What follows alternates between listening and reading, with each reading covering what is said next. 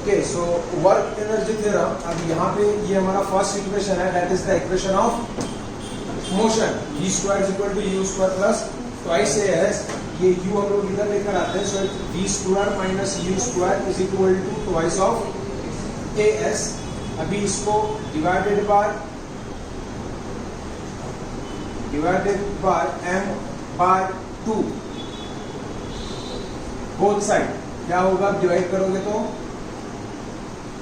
v square m divided by 2 plus minus u square m divided by 2 is equal to twice as into m divided by 2 two get cancel. ये equation पर ये वाला term पहले लिख रहा हूं, it is a means m a into s is equal to half m v square, ये वाला half m v square minus half m u square. अब ये जो टर्म है, since we know that f is equal to m a by the Newton's law of motion, so it is f into s is equal to half m v square minus half m u square. f into s it is work done is equal to half m v square, so it is final kinetic energy half m u square means it is initial kinetic energy, so work done is equal to change in kinetic energy, this is our work energy theorem, work energy equation। ये है आप लोगों का important work energy theorem, means the work done is equal to change in kinetic energy। ये हो गया आपका statement, ये हो गया formula, F into S is equal to half m v square minus half m u square। अब अगर question में आता है आप लोगों को नेम दी ईच टर्म्स, मतलब जितने भी टर्म्स हैं उसके नेम देने हैं। सो जब आप लिखोगे तो यहाँ पे आपको लिखना पड़ेगा, फॉर एग्जाम्पल इस इक्वेशन के लिए अगर हम लोग लिखते हैं, so F force applied, S displacement, M लिखना पड़ेगा mass of the object, V final velocity, U initial velocity. Okay, then next है हम लोगों का, ये तो वर्क एनर्जी इक्वेशन हो गया, ये सिंपल था, इसमें कुछ नहीं है, डायरेक्टली आपको डिराइव करना है। और इसके पहले अगर आपको कंसिडरेशन लिखना है तो वहां पर लिख सकते हैं आप लोग, consider an object having mass m, initial velocity u, final velocity v, applied force f, और displaced with a force of force of f and the displacement is s। वो लिख के फिर आप इक्वेशन लिख सकते हैं। सो अभी ये वर्क एनर्जी थ्योरम हो गया। नेक्स्ट था हम लोगों का free body diagram.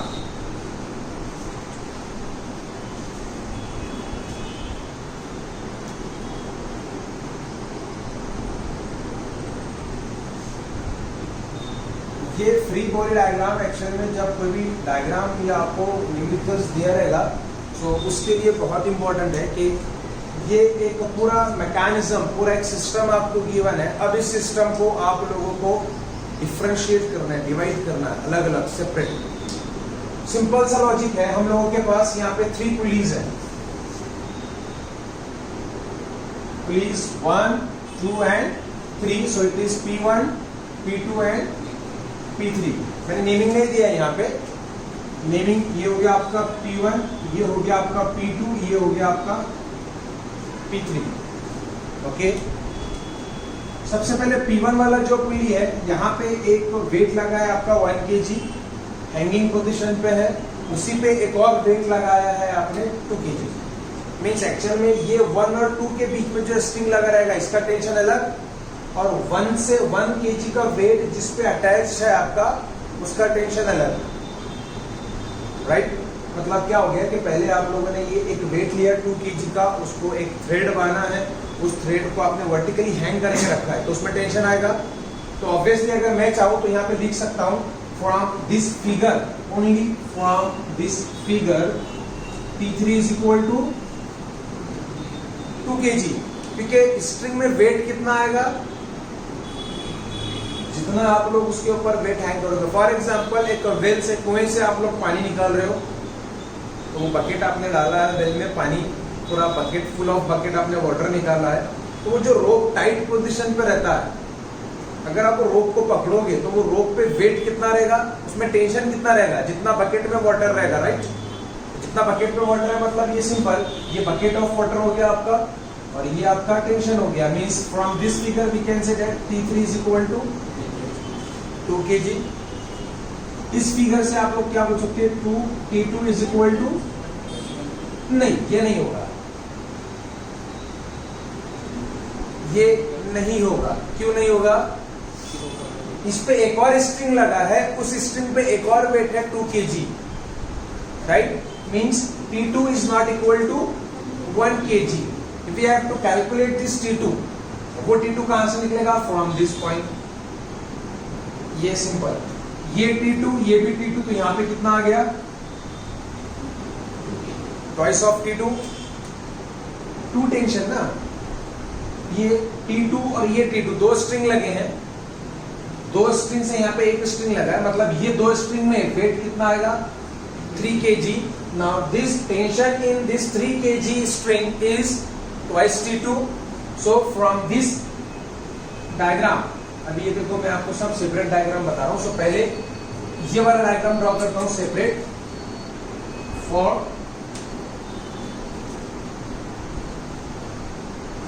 2 kg of weight.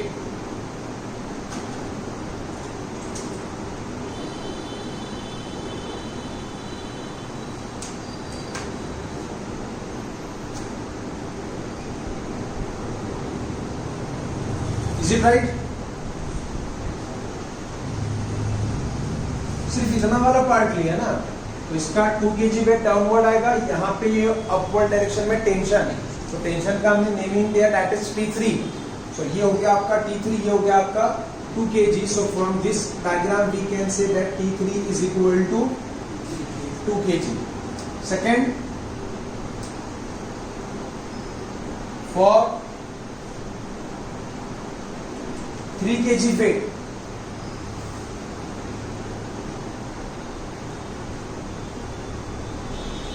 again body weight, downward direction, that is 3 kg, and the tension in the string is twice of T2. क्योंकि इसमें कितना आएगा, सिंपल, ये पुली पे दो स्ट्रिंग लगे हैं T2 और T2, तो ये दोनों स्ट्रिंग आप लोगों का अटैच हो रहा है, मतलब यहाँ पे जो सिंगल स्ट्रिंग लगा है इसमें टेंशन कितना हो जाएगा, 2 times of T2. सो ये 2 times of T2, from this diagram we can say that 2 times of T2 is equal to 3 kg. So T2 is equal to 1.5 kg. अब ये लास्ट वाला, इसमें तो ठीक है ना, यहाँ पे T2 है, ये भी T2 है आपका, T2 से ये वेट अटैच है आपका 4 kg, यही 4 kg वाला स्ट्रिंग अब यहाँ पे लगा है। अब ये इसको पुल आउट करेगा या पुश आउट करेगा, वो डिपेंड करता है मैकेनिज्म पे, आप लोग कैसा मैकेनिज्म सेट करते हो, वो बाद में देखेंगे पुश है या पुल है। लेकिन ये जो स्ट्रिंग में टेंशन आ रहा है, that tension is our T1, इसको एक फोर्स अप्लाई किया है, पुल force, F is equal to T is equal to 100 Newton and angle of this is 60 degree, means this force F is applied at an angle of 60 degree to the body, right?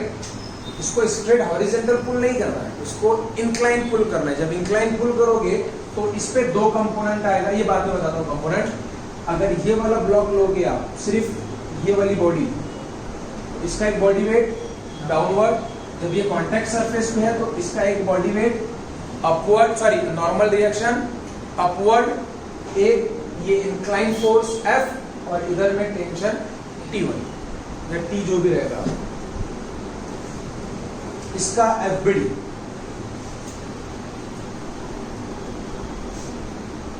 For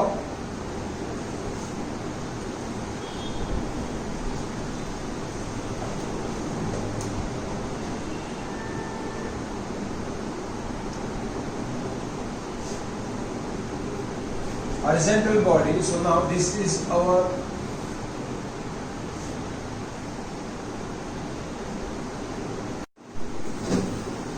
okay, now this force is applied inclined at an angle of 60 degree to the body. अब ये force आप लोगों का incline है, incline force हम लोग study करते हैं, हम लोगों को चाहिए तो हॉरिजॉन्टल या फिर वर्टिकल। सो इसको अप्लाई करना पड़ेगा, ये एक वर्टिकल और ये एक हॉरिजॉन्टल। मींस ये कितना हो जाएगा, F cos ऑफ 60, F का वैल्यू कितना है 100 cos ऑफ 60, ये हो जाएगा 100 sin ऑफ 60। तो ये दो इंक्लाइन, हम सिंपल सी बात है, इसके पहले मैंने आपको पढ़ाया था resolution and composition of forces. क्या होता है रिजोल्यूशन? मींस फोर्स को क्या करते हैं, रिजॉल्व, स्प्लिट करते हैं टू कंपोनेंट्स में, एक्स एंड वाई में। अभी यहाँ पे ये इंक्लाइन फोर्स हो गया, T is equal to F is equal to 100 newton. तो इसको अब आपको रिजॉल्व करना है, ये हो गया आपका रिजॉल्व। फोर्स कितना है 100 न्यूटन, हॉरिजॉन्टल के लिए कॉस एंगल कितना आएगा 60, ये वर्टिकल कंपोनेंट फोर्स कितना है 100, वर्टिकल के लिए साइन एंगल आएगा आपका 60। दो कंपोनेंट, ये जितने डायग्राम्स निकाला है, first, second, third, these are the free body diagram of this 2 kg, 3 kg and this horizontal body. Okay, what is mean the free body diagram? Free body diagram means it is totally free from the surrounding and including the force applied on it. सिर्फ जो forces applied होगा, जो forces उसके ऊपर में applied होगा, हम लोगों को वही कंसीडर करना है। बाकी के टोटल फोर्सेस वो आपके, सॉरी, बाकी के टोटल सराउंडिंग वाला जो भी है वो आपको क्या करना है, अवॉइड करना है उसको। तो ये भी देखो, यहाँ से 2 kg था, इतना बड़ा मैकेनिज्म है, ये पूरा मैकेनिज्म में से कितना पार्ट कंसीडर किया, सिर्फ इतना, क्योंकि मुझे T3 कैलकुलेट करना था, राइट। ये आ गया T3 आपका। नेक्स्ट, ये पूरे मैकेनिज्म में से मुझे क्या कैलकुलेट करना था, T2, तो सिर्फ इतना पार्ट कंसीडर किया T2। इधर से मुझे ये जो बॉडी चाहिए था, इसका रिजोल्यूशन चाहिए था, या फिर इसका फ्री बॉडी डायग्राम चाहिए था, क्योंकि यहाँ पे एक नॉर्मल और एक बॉडी वेट आएगा डाउन हुआ, ये कैलकुलेट करना था, उसके लिए ये डायग्राम था। अब ये जो नॉर्मल रिएक्शन आया है, ये क्या होता है, सिंपल,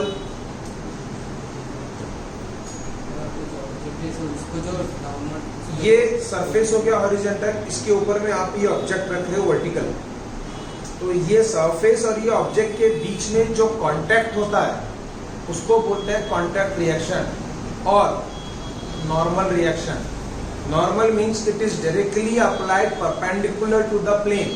मीन्स अगर आप लोग ये सरफेस लोगे, इसके ऊपर में एक ब्लॉक रखोगे, तो ये जो बॉडी का और हॉरिजॉन्टल सरफेस का जो कांटेक्ट है, इस कांटेक्ट पे फोर्स एक्ट होता है directly perpendicular to the plane.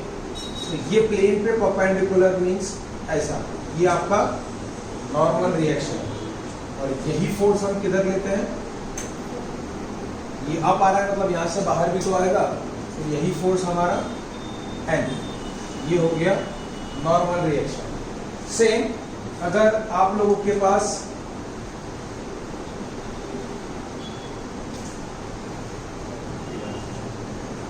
Incline surface है, इंक्लाइन सरफेस पे, तो अब ये क्या हो गया, कॉन्टैक्ट सरफेस, रिएक्शन का आएगा, राइट? नहीं, ऐसा नहीं आएगा। अभी बोला आपको परपेंडिकुलर टू द प्लेन, मतलब इसका और इसका एंगल 90 होना चाहिए, तो यहां से 90 के लिए ये परपेंडिकुलर लेना पड़ेगा। Now this angle is our 90, so it is totally perpendicular to the plane. इसको बोलते हैं कांटेक्ट रिएक्शन और नॉर्मल। नॉर्मल मतलब 90 डिग्री, एंगल 90 होगा ना परपेंडिकुलर, तो ये आपका नॉर्मल रिएक्शन, यहां से ये बाहर निकलेगा, ठीक है। सेकेंड चीज ये होता है, इस पे एक और फोर्स है F is equal to 10 newton, वो मैंने शो नहीं किया है। सो ये F is equal to 10 newton आपको यहाँ पे शो करना पड़ेगा पैरेलल टू द T1। ये F नहीं लेता हूँ क्योंकि F 2 हो जाएगा, ये हमारा 10 न्यूटन। अब इसमें एक फ्रिक्शन फोर्स भी होता है। Friction force means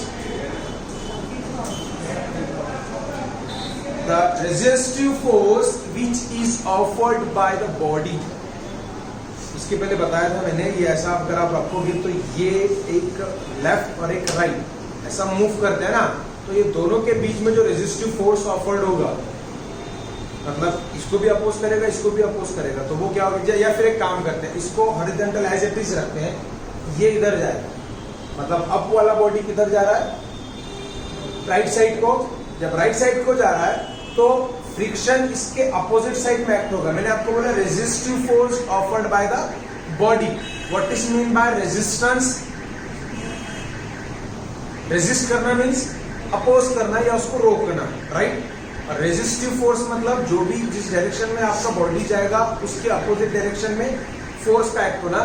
so friction force always opposite to the direction of motion, ठीक है। ये हम लोगों का मैकेनिज्म, इसमें आपका एफबीडी, ये तीनों आपके एफबीडीज होंगे।